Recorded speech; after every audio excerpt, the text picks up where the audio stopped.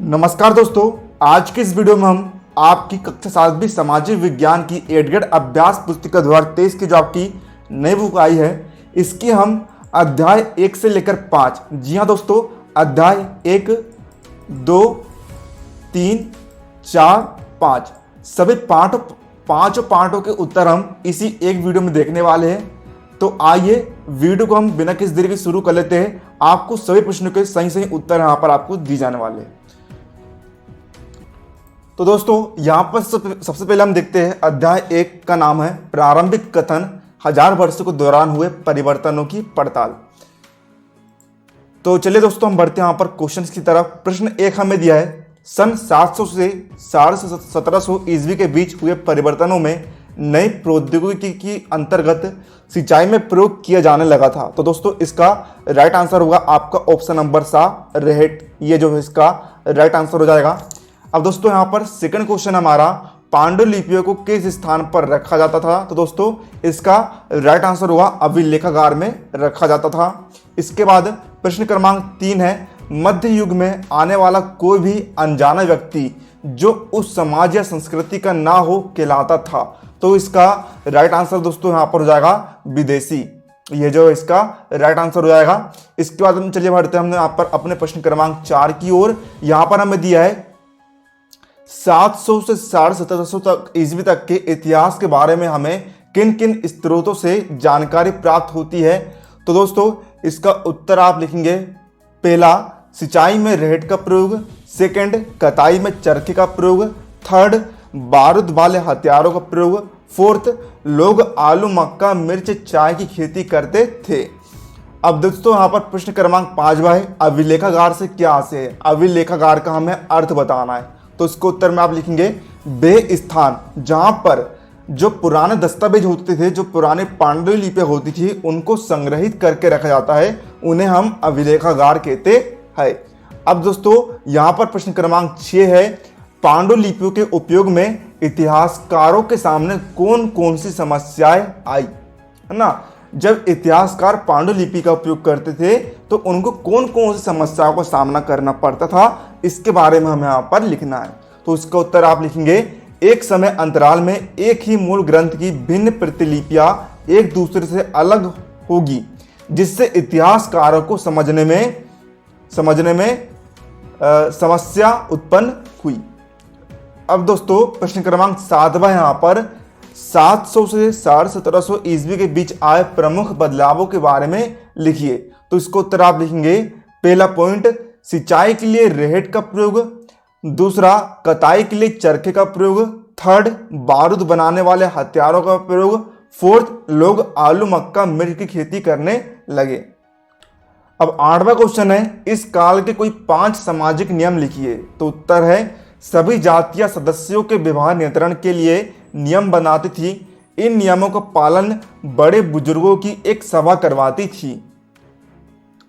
इस सभा को जाति पंचायत कहा जाता था। गांवों पर मुखिया का शासन होता था। 9वां क्वेश्चन है, पर्यायवाद से क्या तात्पर्य है। इसको उत्तर आप लिखेंगे, पर्यायवाद से तात्पर्य किसी भी क्षेत्र के पर्यावरण और वहां के रहने वाले लोगों की सामाजिक और आर्थिक जीवन शैली से है ना। पर्यायवाद से हम समझ सकते हैं कि लोगों की जीवन शैली किस तरह की होती थी। 10वां क्वेश्चन है, 1300-1818 ईस्वी में कवि अमीर खुसरो द्वारा भाषा के संबंध में क्या विचार व्यक्त किए गए थे। तो इसका उत्तर है दोस्तों, अमीर खुसरो ने बताया है कि इन भाषाओं के विपरीत एक भाषा संस्कृत भी है, जो किसी विशेष क्षेत्र की भाषा नहीं है। यह एक प्राचीन भाषा है जिसे केवल ब्राह्मण जानते हैं। तो दोस्तों चलिए हम बात कर लेते हैं कि आप इस अभ्यास पुस्तिका के पीडीएफ को किस तरह डाउनलोड कर सकते हैं। तो दोस्तों आपको गूगल पर जाकर सर्च करना है 8th ग्रेड अभ्यास पुस्तिका 2024 क्लास 7 सोशल साइंस पीडीएफ।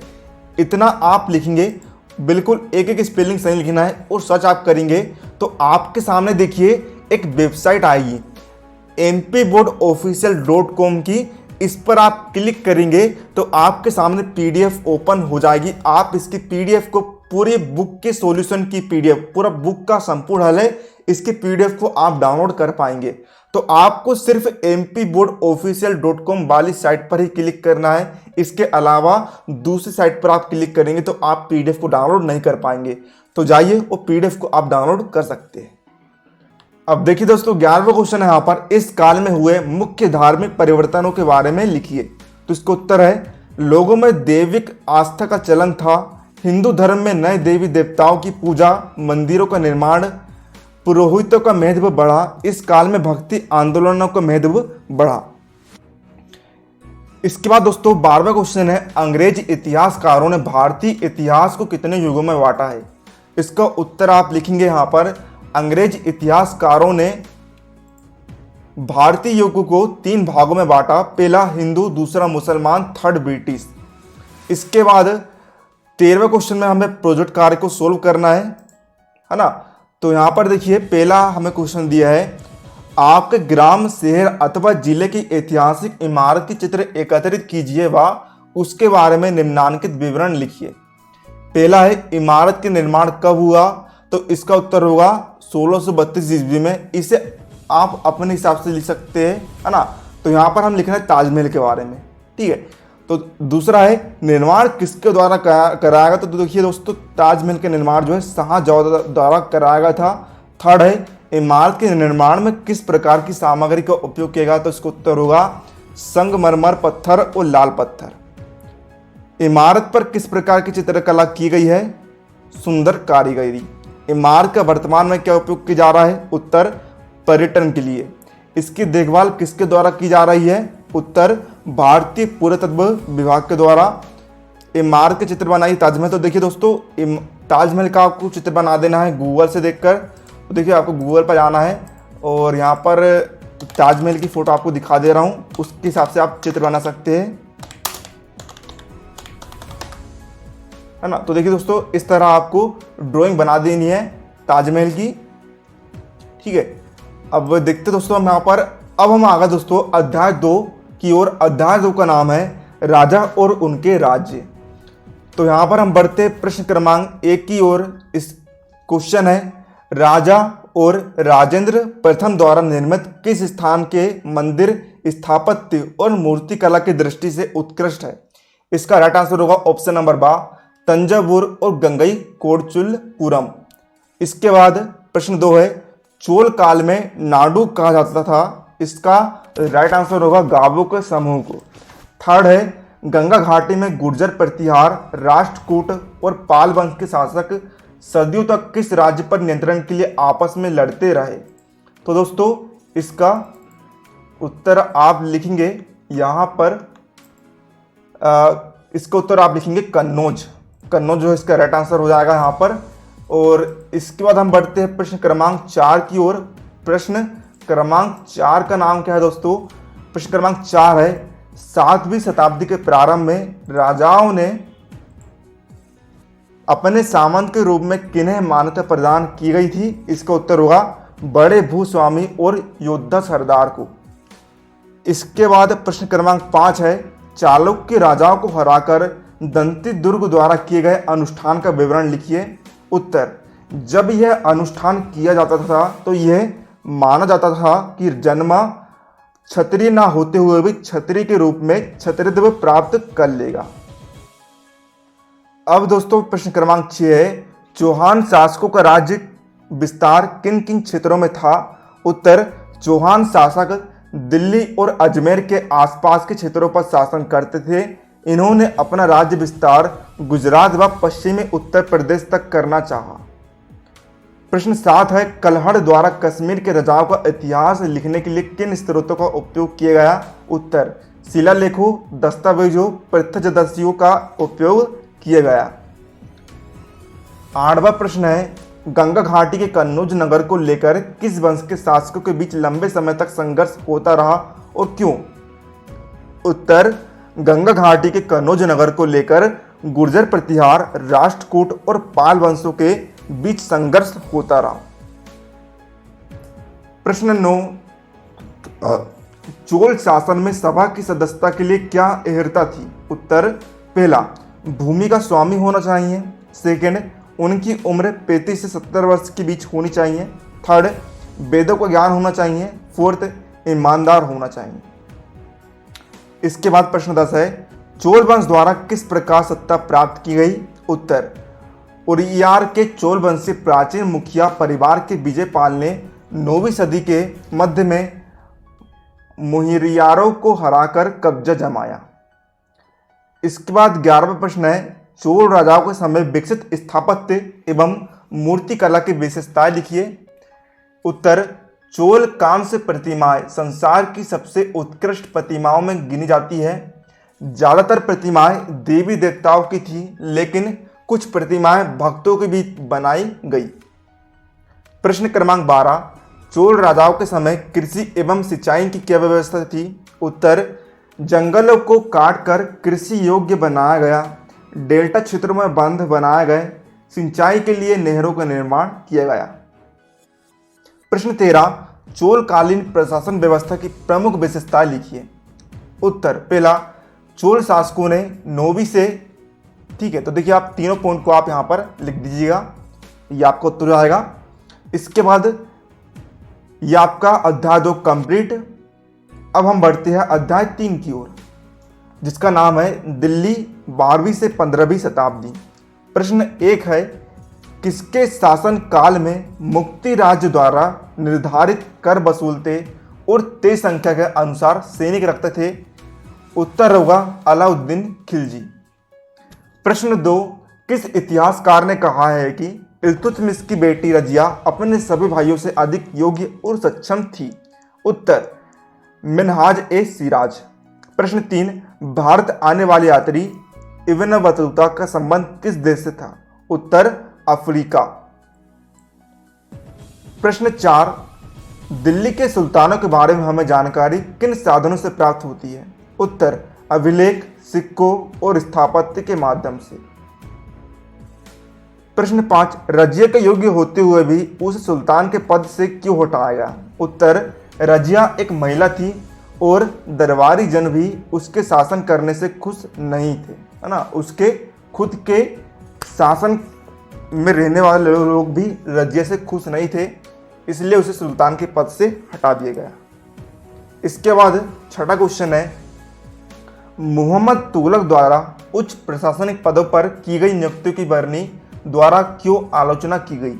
उत्तर, मोहम्मद तुगलक द्वारा अजीज खुमार नामक कलाल फिरोज हजाम मनकतबारण को उच्च पदों पर नियुक्त किए गए, जिसकी आलोचना वर्णी ने की। प्रश्न 7, दिल्ली के सुल्तानों द्वारा गुलामों को क्यों खरीदा जाता था? उत्तर, दिल्ली के सुल्तानों द्वारा गुलामों को सैनिक सेवा के लिए खरीदा जाता था। प्रश्न 8, इस काल में इक्तदार या मुक्ति का क्या कार्य होता था? उत्तर, मुक्ति का प्रमुख कार्य था कि सैनिक अभियानों का नेतृत्व करना और अपने इक्तों में कानून और व्यवस्था बनाए रखना। प्रश्न 9, अलाउद्दीन खिलजी की राजस्व व्यवस्था की विशेषता लिखिए। उत्तर, खिलजी के शासनकाल में राजस्व का निर्धारण और वसूली का काम अपने हाथ में ले लिया। सामंतों से कर लगाने का अधिकार छीन लिया गया तथा उन्हें भी कर देने के लिए बाध्य किया गया। प्रश्न 10, शेरशाह सूरी के राज्य विस्तार के बारे में लिखिए। उत्तर, शेरशाह सूरी ने 1540 से 1545 तक एक प्रबंधक के रूप में काम किया। इसके बाद उसने हुमायूं को में हराया। उसने दिल्ली पर कब्जा करके स्वयं का राजवंश घोषित किया। शेरशाह सूरी ने 15 वर्ष शासन किया। प्रश्न 12, अलाउद्दीन खिलजी और मोहम्मद तुगलक के शासनकाल में विशाल सेना क्यों रखनी पड़ती थी? तो इसका उत्तर दोस्तों आप यहां से लेकर यहां तक पूरा लिख देंगे।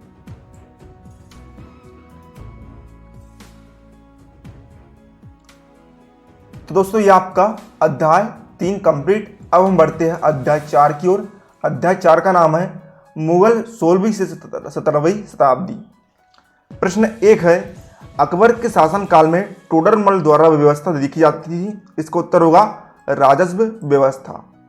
प्रश्न 2, 1526 में मुगल शासक बाबर ने किस सुल्तान को हराकर दिल्ली और आगरा को अपने कब्जे में कर लिया था? उत्तर होगा इब्राहिम लोदी।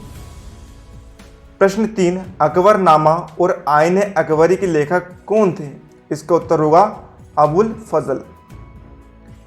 प्रश्न 4, मुगल कौन थे? इसका उत्तर होगा मुगल दो महाशासक, मंगोल के शासक चंगेज खान और तुर्की के शासक तैमूर के वंशज थे। मंगोल के निवासी होने के कारण उन्हें मुगल कहा जाता था। इसके बाद प्रश्न 5 है, बाबर द्वारा किस युद्ध में व कब इब्राहिम लोदी को पराजित किया गया था? तो उत्तर लिखेंगे बाबर द्वारा पानीपत के युद्ध में 1526 ईस्वी में इब्राहिम लोदी को पराजित किया गया था। प्रश्न 6, मनसबदार से क्या आशय है? लिखिए। उत्तर, मुगल शासक जिन लोगों को पदों पर नियुक्त करते थे उन लोगों को मनसबदार कहा जाता था। प्रश्न 7, अकबर की राजस्व व्यवस्था का संक्षेप में वर्णन कीजिए। उत्तर, मुगलों की आमदनी का प्रमुख आधार कृषि से मिलने वाला राजस्व था। गांवों से राजस्व इकट्ठा करने के लिए हर गांव में मुखिया रखा जाता था। इस मुखिया का कार्य राजस्व इकट्ठा करके सरकार को देना था। प्रश्न 8 है, अबुल फजल द्वारा लिखित अकबरनामा में किन बातों का विवरण मिलता है? उत्तर, प्रशासन के मुख्य अभिलक्षण अकबर ने निर्धारित किए थे, जिसका विस्तृत वर्णन अबुल फजल की पुस्तक अकबरनामा में मिलता है।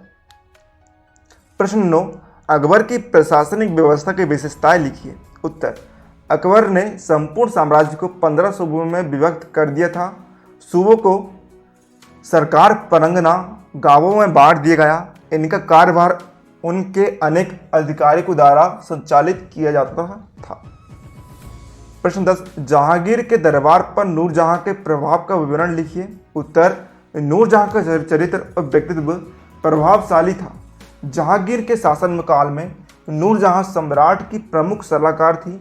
राजनीति प्रशासन के अलावा उसे साहित्य से प्रेम था। उसे वैभव प्रदर्शन में भी रुचि थी।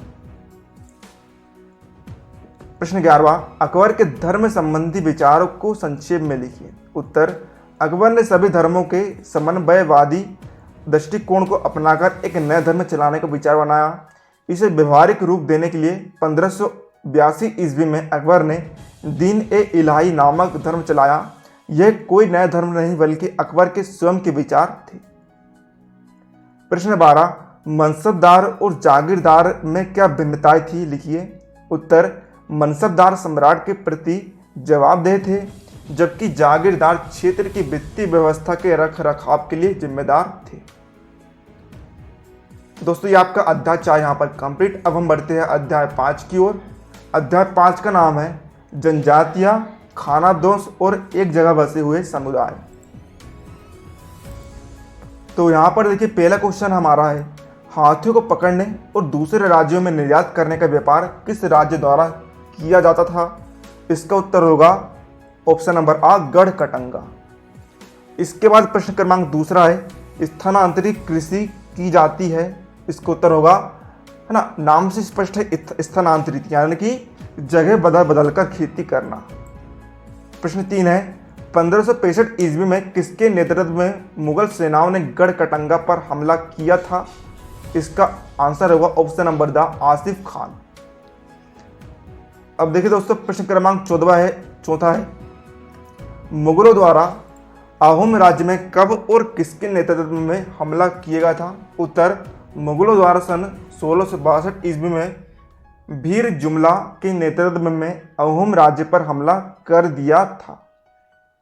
प्रश्न 5, जनजातियां अपना जीविका पार्जन किस प्रकार करती थी? उत्तर, जनजातियां अपने जीविकोपार्जन के लिए खेती किया करते थे।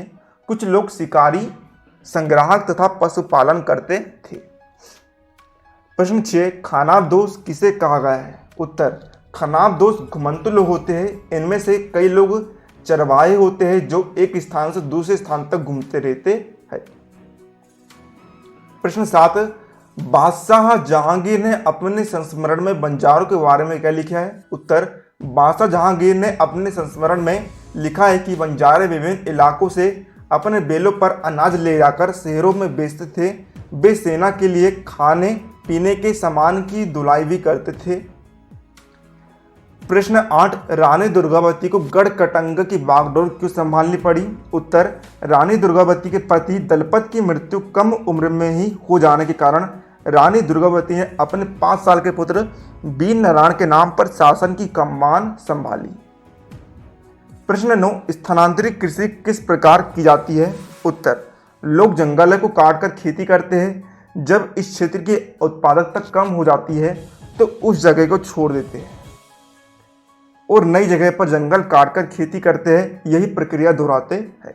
प्रश्न 10, वर्णों के भीतर छोटी छोटी जातियां क्यों उभरने लगी थी?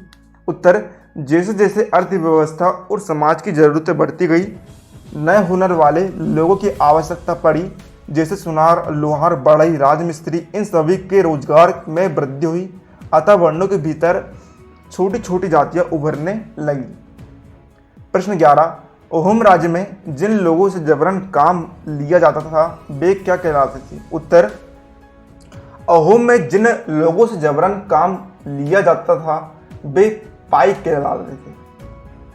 प्रश्न 12, गढ़कटंगा एक समृद्धशाली राज्य क्यों था? समझाइए। उत्तर, अहोम में हाथियों को पकड़ने और निर्यात करने का व्यापार किया जाता था। इस व्यापार से वहां के लोगों ने काफ़ी धन कमाया।